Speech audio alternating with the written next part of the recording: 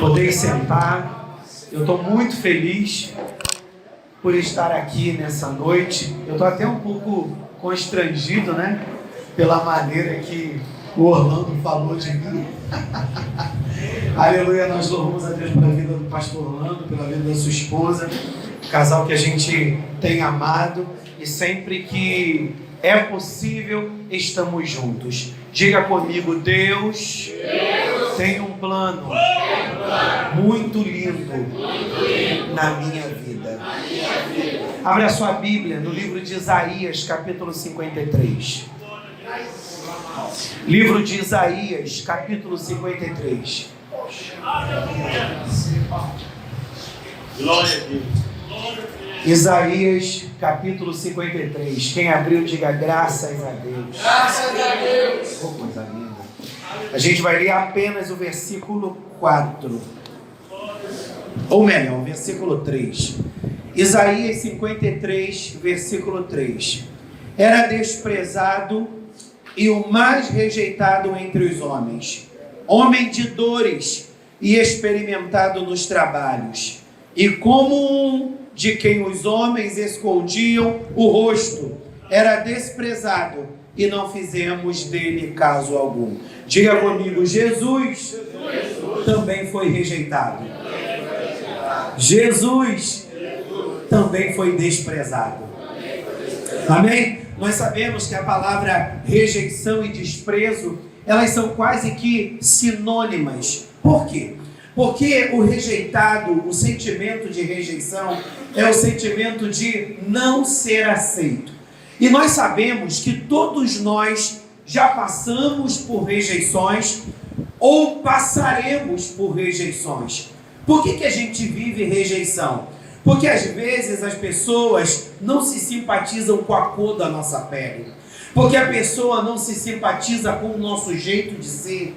Porque algumas pessoas não se simpatizam com a nossa classe social. Ou de repente com o nosso passado.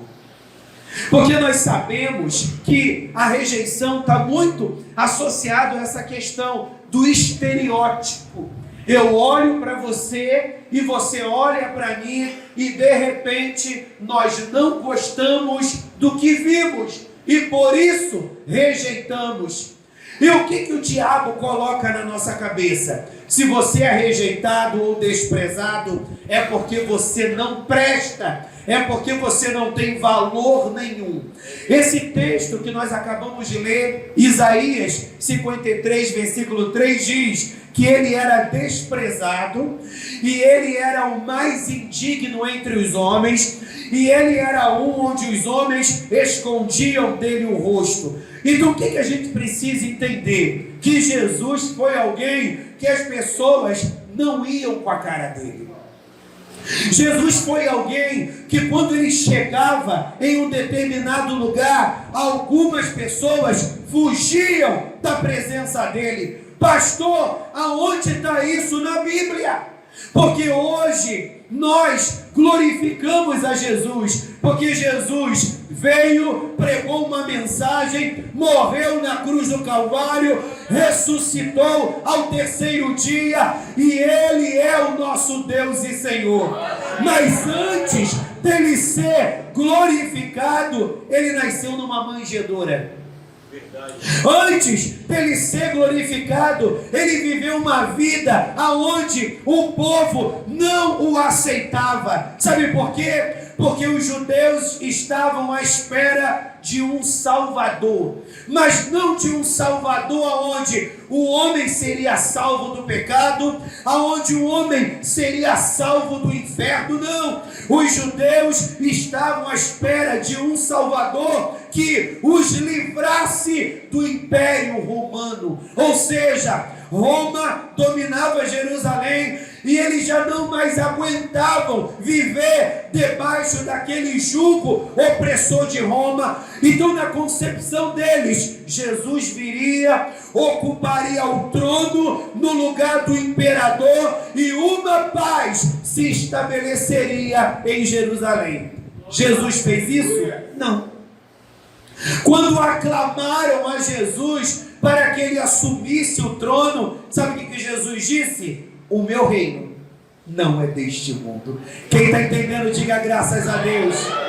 Então, ou seja, Jesus foi rejeitado porque esperavam dele uma coisa e ele se revelou de uma maneira completamente diferente.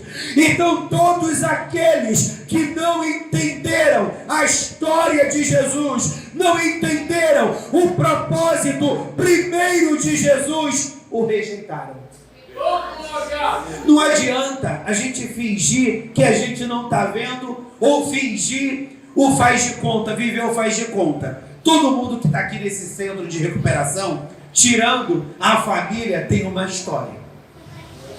Ou é uma história com vícios, ou é uma história com algum outro tipo de problema, ou é uma história que já deve ter sido envolvido talvez na marginalidade, ou talvez vivenciou um drama familiar e de repente a família não suportou mais e sugeriu para que você estivesse num centro de recuperação. Ou talvez você, por você mesmo, se convenceu, puxa, eu não estou conseguindo mudar de vida e eu desejo uma oportunidade, eu vou me internar e quem sabe eu consigo sair de lá mudado.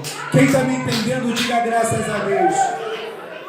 E de repente você está aqui apostando todas as fichas nessa oportunidade. Será que eu vou sair daqui de verdade transformado? O barato dessa palavra é que quando alguém sofre rejeição, na maioria das vezes, essa pessoa tende a se revoltar e ela tende a se amargurar. E o que é uma pessoa amargurada? É uma pessoa que olha para sua família com um certo ressentimento. É uma pessoa que olha para sua família com uma certa mágoa. É uma pessoa que olha para a sociedade e começa a acreditar no seguinte: eles tiveram as oportunidades que eu não tive, por isso eu estou aqui. Jesus, ele foi rejeitado. As pessoas fugiam da presença dele. Era como se Jesus fosse uma presença indesejável. Porque olha o que o texto diz, que ele era rejeitado e o mais indigno entre os homens, e ele era um onde os homens escondiam dele o rosto. Ou seja, sabe o que significa? Que quando Jesus chegava num lugar, algumas pessoas viravam as costas, porque viam Jesus como alguém que não era bem-vindo. Mas olha que interessante, assim como hoje, algumas pessoas que são desprezadas e rejeitadas, elas tendem a se tornar amarguradas.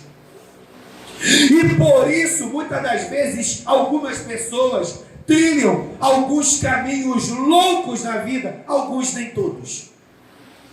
Sabe o que Jesus fez? Ele continuou vivendo a vida. É como se ele não tivesse permitido que a rejeição definisse a sua história. Diga comigo, meu amigo, não me rejeita. Sabe por que Jesus, ele não se deixou abater com o desprezo e com a rejeição que ele viveu? Porque ele estava debaixo de um envio. Ele tinha um pai, ele tinha alguém que acreditava nele. Se você está aqui, é porque alguém aposta em você. Seu pai, sua mãe, talvez sua irmã, talvez sua prima, talvez o pastor da igreja, o pastor Orlando. Eu que estou aqui, porque eu não entraria num lugar, meu irmão, se eu não acreditasse na seriedade daquele lugar e na transformação que Jesus pode fazer naquelas vidas. Você pode dar glória a Deus, meu irmão? Então Jesus, ele tinha tudo para ser um revoltado, mas teve o Deus Pai que investiu nele. Então ele pensou da seguinte maneira: vale a pena não amargurar. Eu li um texto que está descrito no Velho Testamento. Quando você vai para o Novo Testamento, o barato está nisso. que as mesmas pessoas que rejeitaram Jesus, as mesmas pessoas que desprezaram a Jesus, quando viram o que Jesus se tornou, porque quando Jesus chegou na sua cidade de origem, sabe como é que as pessoas olhavam para ele? Ué, não é aquele dali, o filho do carpinteiro, o filho da irmã Maria? Ou seja, eles não acreditaram em Jesus. Por isso, Jesus não pôde realizar grandes milagres naquela cidade, mas todos aqueles que passaram a crer em Jesus puderam experimentar daquela graça que emanava dele. Ou seja, muitos que o rejeitaram passaram a glorificá-lo. Jesus, filho de Davi, tem misericórdia de mim. O que queres que eu te faça? Senhor, que eu veja. Então você vai ver. Um centurião, um homem importantíssimo no império, chega para Jesus e diz: Senhor, eu não sou digno que tu entres em minha casa, mas libera uma palavra e eu creio que o meu servo será curado. Sabe o que significa? Que o mesmo Jesus que foi rejeitado, depois ele se tornou alguém respeitado. Mas sabe por que Jesus se tornou alguém respeitado? Porque ele não se deixou amargurar pelo desprezo. Ele não se deixou amargurar pela rejeição. Ele tornou aquilo combustível para não se permitir ser envenenado pelo mal. Mas ele decidiu vencer o mal com o bem. Dentro da visão da psicologia, quando uma pessoa ela vivencia a rejeição e ela não consegue lidar muito bem com aquela rejeição, ela tende a trilhar de um extremo a outro extremo. Quando uma pessoa não consegue lidar com a rejeição, porque, meu irmão, você e eu experimentamos de rejeição. Assim como tem muita gente que gosta da gente, tem muita gente que não vai dar nossa cara. Assim como tem muita gente que acredita no nosso talento, tem gente que também não acredita no nosso talento. Mas o barato não é o que vem de fora. O barato é o que tem dentro. Você acredita que Deus está fazendo uma grande obra na sua vida? Então isso basta. Se você acredita que Deus está fazendo uma obra na sua vida, isso basta. Mas pastor, eu preciso conquistar a confiança das pessoas. Meu irmão, você não precisa disso agora. Você precisa conquistar a confiança em você mesmo. Porque não adianta nada você querer dar uma de que está crente, dar uma que está fogo puro e daqui a pouco está na pista de novo. Você precisa acreditar que Deus pode operar na sua vida. E está operando porque você está permitindo. Mas e o respeito das pessoas? Vai acontecer naturalmente quando os frutos começarem a aparecer. Na psicologia, quando uma pessoa ela vivencia a rejeição e ela não sabe lidar muito bem com isso, ou ela vai trilhar o caminho da autocomiseração, ou ela vai trilhar o caminho do egocentrismo. O que é isso, pastor?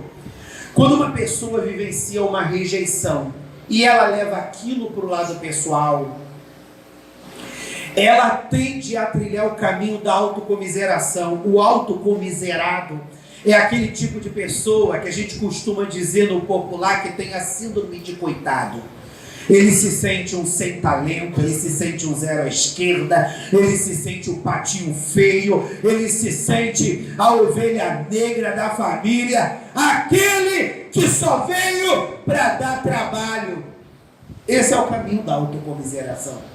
E de repente tem pessoas aqui assim, se sentindo a ovelha negra, se sentindo um miserável por conta de todos os problemas que você já proporcionou para você e para a vida de muitas pessoas. Então existem pessoas que entram nesse limiar da autocomiseração. E existem pessoas que elas trilham outro caminho, que é o caminho do egocentrismo. Ou seja, ele foi rejeitado, ela foi rejeitada, então ele tem uma necessidade muito grande de afirmação.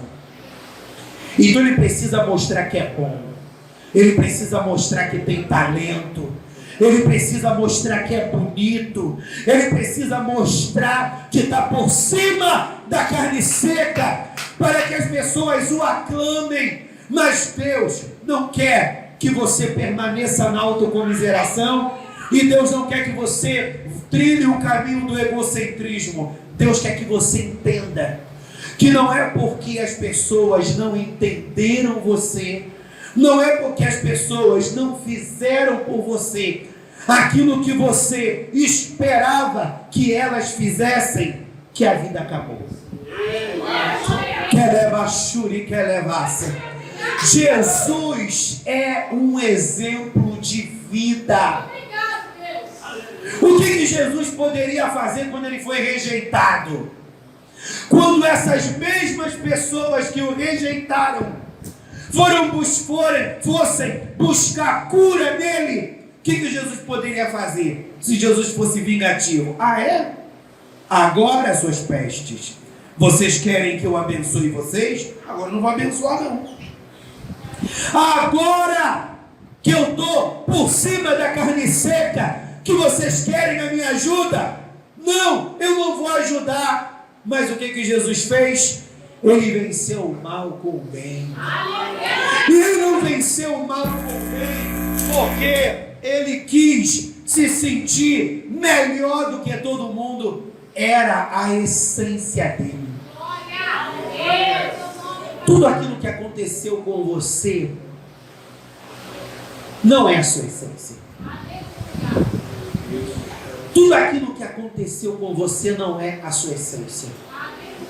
Tudo aquilo que aconteceu com você é porque você permitiu. Eu vou dar um exemplo aqui meio que esdrúxulo. Tem algumas pessoas que criam cachorro em casa. Minha esposa mesmo, ela adora aquelas raças de piche. E lá em casa tem uns 4, 5. Tem um lugar reservado, né? Porque cachorro dentro de casa só de Jesus. Mas tem gente que gosta. Enfim, apesar que minha esposa gosta também, eu que não gosto muito. Ela tudo bem. Aí a gente fez um canil lá, então tem os cachorros dela lá. Só que a minha esposa, ela cria os cachorros dela que nem filho. Então, tem um dia certo que ela dá banho, passa shampoo, essa doideira toda, e tem um dia que ela cata eles. Tira as pulgas, carrapatos, essa... Hoje mesmo foi o dia que ela estava lá cedo catando uma lá. Enfim. Aqueles parasitas que colaram no corpo daquele cachorro, é o cachorro? Não. É algo que veio de fora. A sua essência não tem nada a ver com as experiências que você viveu. Mas se a minha essência não tem nada a ver com aquilo que eu vivi, ou com aquilo que eu experimentei, por que eu experimentei? Foram os parasitas, que a Bíblia chama de raposinhas. Foram os parasitas que você permitiu entrar na tua vida. E eles entraram e te aprisionaram. Jesus poderia ter permitido que os parasitas entrassem na vida dele. O parasita chamado amargura, o parasita chamado raiva, o parasita chamado revolta. Mas ele entendeu a sua missão. E nós estamos aqui nesta noite para fazer com que você seja devolvido para o seu projeto inicial. E sabe qual é o seu projeto inicial? Ser um homem de bem, ser um homem que louva a Deus, ser um homem que faz a diferença nessa sociedade. Porque diz a Bíblia que Jesus nos chama de luz do mundo e sal da terra. Ou seja, Deus nos chamou para não ser igual a todo mundo. Deus nos chamou para fazer a diferença. Ah, pastor, mas eu tive tão poucas oportunidades na vida. Será que vai ser possível? João capítulo 9 fala de um homem, e a Bíblia não fala o nome dele. A Bíblia diz que ele é o cego de nascença. E os homens perguntaram para Jesus assim: Senhor, por que ele nasceu assim? Havia uma tradição naquela época que ou a criança nascia deficiente porque seus pais pecaram, ou porque na tradição deles, não é que a Bíblia diz isso, é a tradição, diz que a criança poderia pecar no ventre. E eles perguntam para Jesus: Jesus, ele nasceu cego porque pecou no ventre ou seus pais pecaram? E Jesus disse: nenhuma coisa nem outra. Ele nasceu cego para que a minha glória se manifestasse. Catuca a pessoa que está do teu lado e diga para ela assim: a glória de Deus vai se manifestar na sua vida. Oh, glória! Aí, aquele camarada vem até Jesus. Jesus cospe na areia, faz uma laminha, bem nojento, né? E Jesus vai lá e coloca no olho dele. Poxa, mas para ser curado, ele teria que se submetido àquilo? Não, Jesus poderia liberar uma palavra, pá, e ele ser curado. Mas por que ele teve que passar por aquilo? São os processos. Será que ficar aqui internado é legal? Eu imagino que deve ser um porre. Tem um momento legal, que nem tudo é ruim. Tem um momento legal, mas tem um momento que deve ser entediado. Eu brinco com o pessoal lá na igreja às vezes: gente, vai embora que eu já não estou a fim de ver crente não.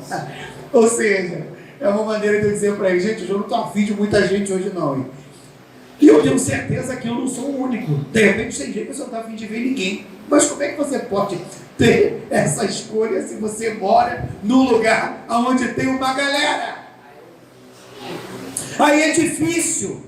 Mas assim como aquele cego, para ser curado, ele teve que passar por aquele processo de receber a lama nos olhos. Estar aqui representa a lama nos olhos.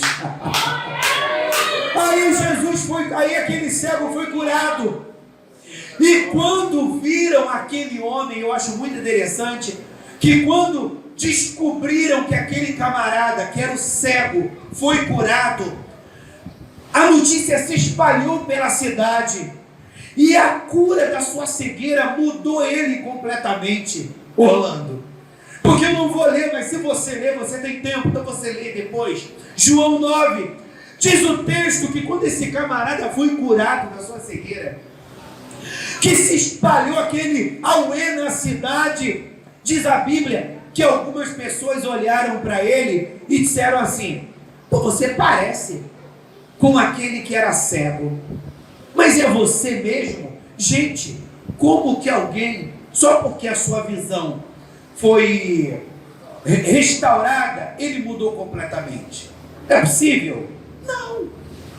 Mas por que depois que ele foi curado da sua cegueira, ele mudou completamente? De repente, a sua cegueira era a ferida na alma dele, que é levácia. Talvez a cegueira era a ferida na alma dele. Então, aquela cegueira gerava nele um complexo de inferioridade.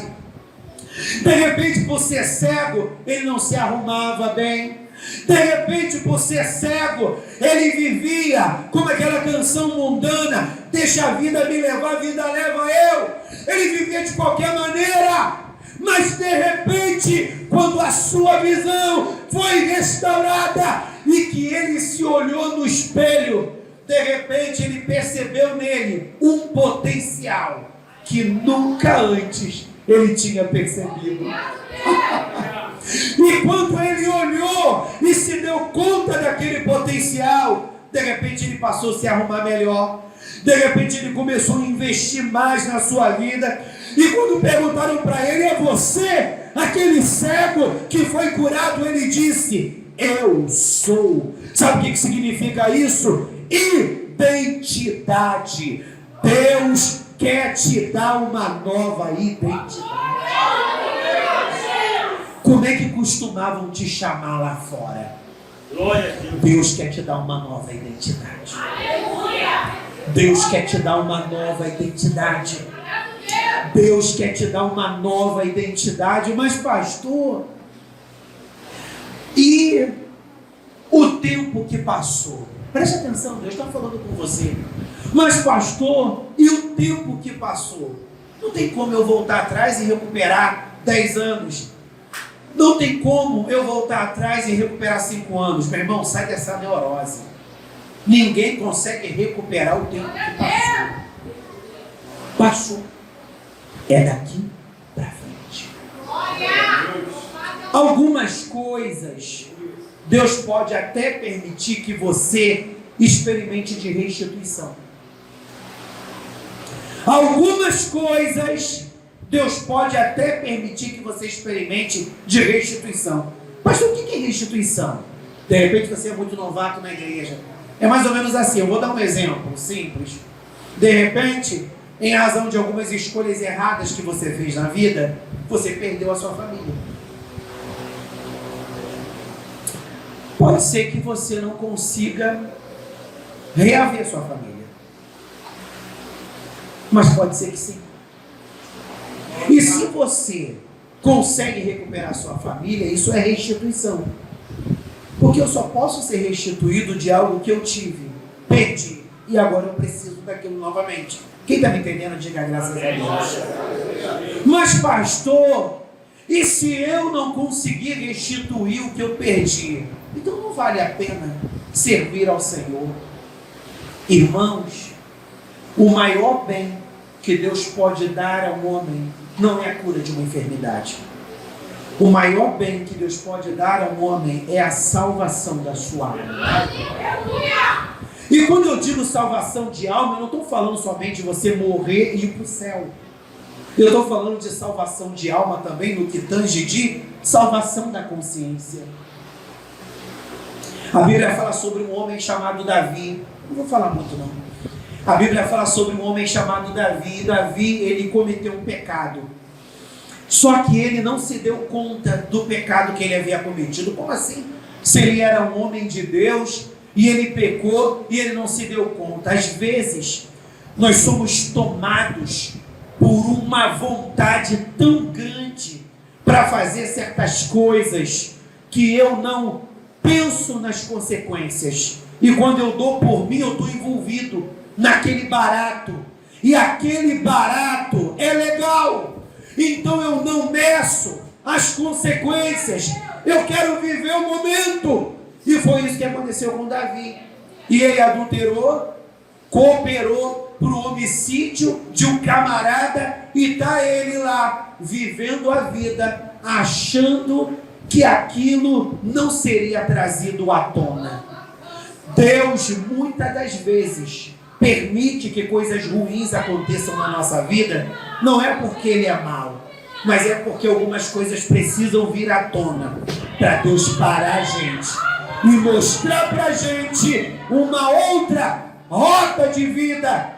E o profeta chega para Davi, confronta Davi, e quando o profeta confronta Davi, o que Davi poderia fazer? Dar uma de cínico, dar uma de fingido. Não sou eu. Ele poderia se valer da autoridade dele e teimar. Não sou eu não. Mas pelo contrário, o que Davi fez? Quando o profeta confronta Davi com aquela realidade, Davi se rende. E ele escreve um salmo poderosíssimo quando ele diz: enquanto eu me calei, os meus ossos se secaram. Na realidade, os ossos de Davi não secaram literalmente. Ossos secos está falando de culpa, está falando de angústia, está falando de inquietação. Já viu? Quando a gente está na pista e na gandália, a gente quer viver a onda, e depois que passa a onda, que você se dá conta da avalanche que foi a sua vida. Mas aí o que Davi diz? Enquanto eu me calei, os meus ossos se secaram. Mas depois que eu confessei e deixei, tudo mudou. Aí ele começa a dizer, quando ele se abre para ser mudado, ele percebe que ele havia perdido a bênção da presença do Senhor. Aí ele diz, Senhor, Salmo 51, cria em mim, ó Deus, um coração puro e renova em mim um espírito reto. Ou seja, Deus estava salvando a alma de Davi daquele inferno emocional. Só existe dois caminhos: céu ou inferno, vida ou morte. E é você que vai escolher. Aleluia! Você está aqui 3 meses, 4 meses, 6 meses, 1 ano, não sei.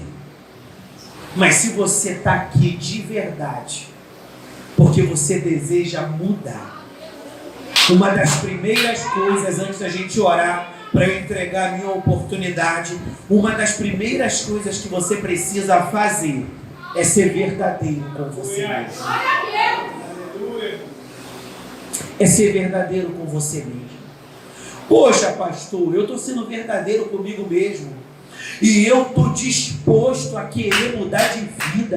Mas sei lá, pastor, tem hora que me dá uma doida. E a vontade é de jogar tudo para os ares. Isso não acontece só com você. Isso acontece com todo mundo. Isso não acontece somente com você. Acontece com todo mundo. Todo mundo às vezes sente vontade de jogar tudo para os ares da louca. Mas pastor, por que algumas pessoas jogam a toalha? E por que outras pessoas persistem?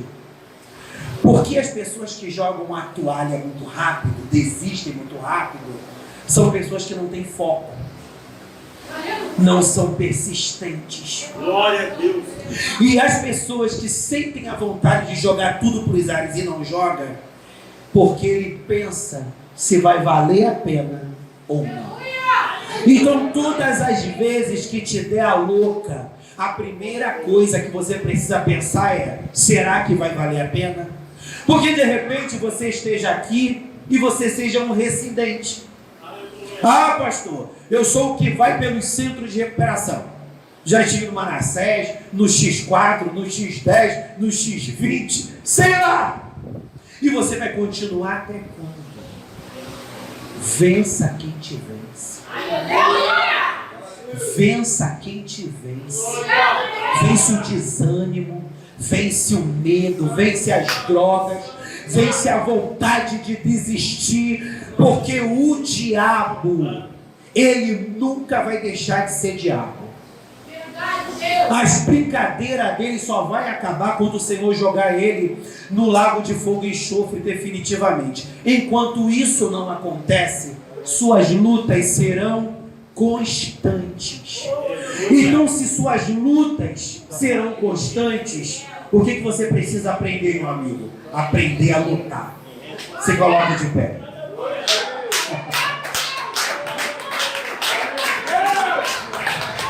Eu quero orar nessa noite, porque a rejeição, ela está aí diante da gente. Eu queria que você, que é um interno, você que é um interno, eu queria que você fechasse os seus olhos. Eu queria que os irmãos no entorno fizessem um pouco de silêncio, por favor. Feche os seus olhos por um momento, você que é um interno aqui. E coloque diante do Senhor nessa noite o seu projeto de vida. O que você anseia para a tua vida? Como Narabashuri quer levar-se. Coloque aí diante do Senhor a tua necessidade. Meu irmão, eu não sou melhor do que você e nem pior do que você. Cada um aqui tem a sua história. Feche os seus olhos. É para você não se distrair. Existe uma pombagira que Deus quer jogar por terra nessa noite. E nós vamos clamar por libertação. Mas eu quero que você entenda, meu irmão, que o processo de libertação não se resolve apenas com oração. Continue de olhos fechados. O processo de libertação não acontece apenas com oração. O processo de libertação acontece com renúncia. Eu sempre digo para as pessoas que me fazem essa pergunta sobre libertação: você não pode impedir que o pássaro pouse na sua cabeça. O pássaro pousar na sua cabeça é aquela vontade, aquele pensamento, às vezes aquele sonho que leva a churi, que leva a cedo, que te deixa inquieto e de repente faz você sentir a falta de coisas que você não pode ter aqui. Você não pode impedir que o pássaro pouse na sua cabeça, mas você pode impedir que ele faça ninho. Fazer ninho representa, alimentar esse pensamento. Mas pastor, esse pensamento me persegue. A palavra diz: ao invés de você se embriagar com o vinho em que há contenda, encha-se do Espírito. Eita, ocupe o teu tempo. Vai ler a Bíblia, vai orar, vai estudar, vai ler outros livros, vai se enriquecer, porque o escritor diz, de Provérbios diz: dá instrução ao sábio e ele se fará mais sábio. Ensina o justo e ele crescerá em entendimento. O insensato, ele não gosta de ouvir. O insensato, ele não gosta de aprender, porque ele acha que sabe tudo. E se ele sabe tudo, porque ele está sempre dando murro em ponta de faca. Na realidade, ele não sabe nada. Mas hoje se esvazie das suas pretensões e diga: Deus, eu pensei que eu sabia, e ao longo da minha vida eu só cometi besteira. Conduz os meus passos a partir de hoje. Me dá a sabedoria que vem do alto, porque a sabedoria que vem do alto é divina, é pura, e essa sabedoria vai te fortalecer. Agora coloque a mão no seu coração e eu vou orar. Diga comigo assim: na autoridade que há no nome de Jesus, eu quero rejeitar nesta noite todo o efeito contrário da rejeição sobre a minha vida. Senhor, joga por terra a inferioridade e a soberba e me dá graça para passar por esse processo, acreditando que eu passarei e sairei um novo homem, em que as pessoas olharão e verão a novidade. Coloque a mão no seu coração e eu quero orar. Senhor, na autoridade que é no nome de Jesus Cristo, joga por terra toda a pombagira nesta noite, todo espírito de imoralidade, todo espírito de inquietação. Senhor, essa visão que tu me deu, arranca agora esse espírito de engano da vida deste. Narabashuri nerebacaia, Ominarabassuri cantarábia. Manda fogo nesta hora, manda fogo nesta hora e traz soltura para esta vida, para estas vidas, nesta noite, na autoridade que há no nome de Jesus. Senhor, cura as emoções, cura as emoções, toda lembrança traumática. Meu Deus, toda lembrança traumática, toda lembrança dolorosa e que tem trazido efeitos contrários sobre a vida deles, arranca com raiz e tudo. E no nome de Jesus, Senhor, Tu é o médico dos médicos. Toca no organismo. Eles não estão sob efeito de medicamento algum, mas Tu é o médico dos médicos. Senhor, em nome de Jesus Cristo, Senhor, tudo aquilo em que ainda tem poder sobre a vida deles, faça cair por terra.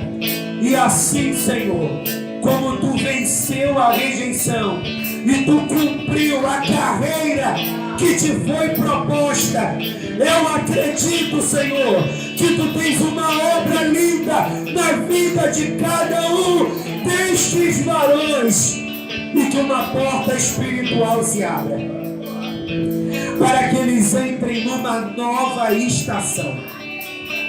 Se eles não sonhavam, que eles passem a sonhar com uma vida melhor. E se eles ainda não se deram conta que o Senhor também tem na vida deles um ministério, em nome de Jesus, Senhor, faça com que os dons do Espírito comecem a aparecer diante deles.